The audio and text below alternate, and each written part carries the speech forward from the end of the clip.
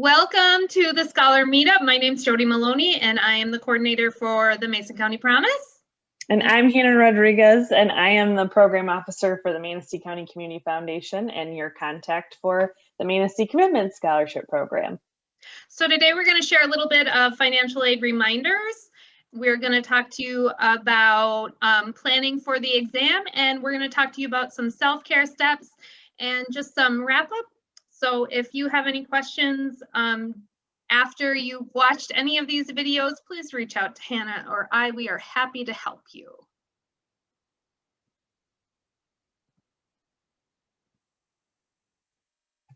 So I'm going to start with a few financial aid reminders because I know that a lot of students have questions from their first semester to second semester about what they're supposed to be doing in between semesters. So for most students, financial aid awards are going to be similar between fall 2020 and winter 2021. You shouldn't see any major changes. If you do, they're going to be related to either enrolling in more credits or fewer credits. But there are a few cases where you might need to take some action between the end of fall semester and the beginning of winter semester. And so I just wanted to talk to you about the three major reasons when you would. So grades are going to come out on the week of December 21. So that's the week after exam week. And you want to be sure to watch for them. They're going to be posted in your mywestshore.edu academic record. And so the things that you need to be mindful of is if your GPA is below 2.0, or if you pass or finish fewer than 67% of your attempted credits, so that's the classes that you were taking after drop add, you could be placed on academic warning if you don't meet meet one or both of those criteria. So if you're placed on academic warning at West Shore, you need to take action before the start of the semester. And by take action, I mean you typically need to meet with a financial aid professional in the financial aid office and likely your academic advisor.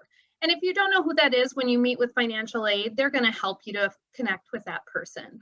Because what they want to do is they want to set up an action plan to make sure that you're on track to improve your either your GPA or your percentage toward the number of attempted credits, or both. So that's one reason. Another reason where you might have to take some action in between fall and winter semester is if you were an early enrollment, say you went to ASM Tech, or if you were a dual enrollment student, or if you're a returning student and you just happen to be watching this video. If fall 2020 was not your first semester at West Shore, either way, and you have not earned a 2.0 or have not completed 60% or 67% of your overall attempted credits, then you may have to complete a SAP appeal. And what a SAP appeal is a satisfactory academic progress appeal.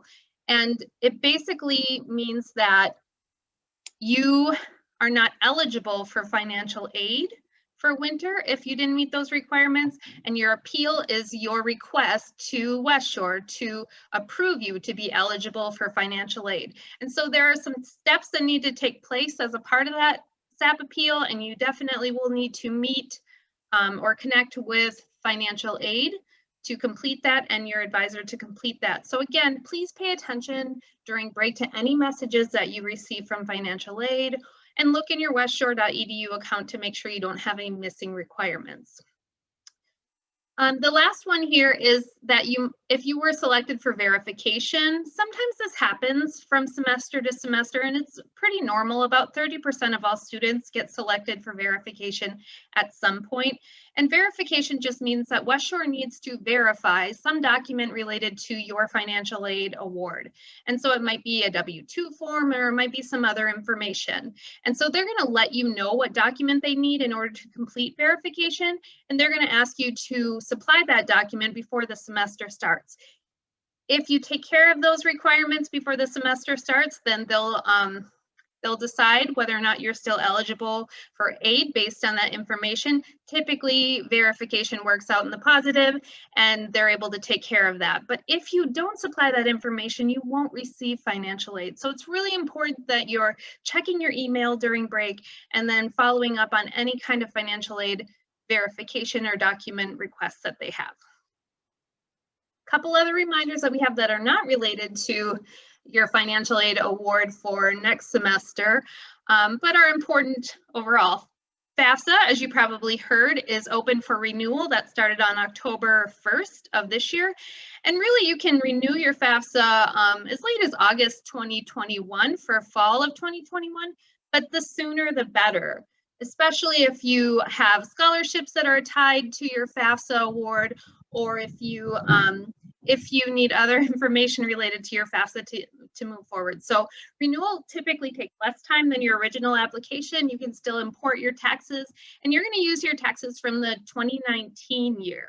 So if you're a Promise Scholar, you absolutely need to make sure you renew your FAFSA. And for Manistee Commitment Scholars, I think that this is true as well, right? Yes, that is absolutely true. A requirement of your scholarship. So please make sure you get that done. So one of the things that you want to just be sure to have in hand when you're renewing that FAFSA is your tax information, and it's going to be yours as a student if you worked during the 2019 year, and your parental income information is still going to be required.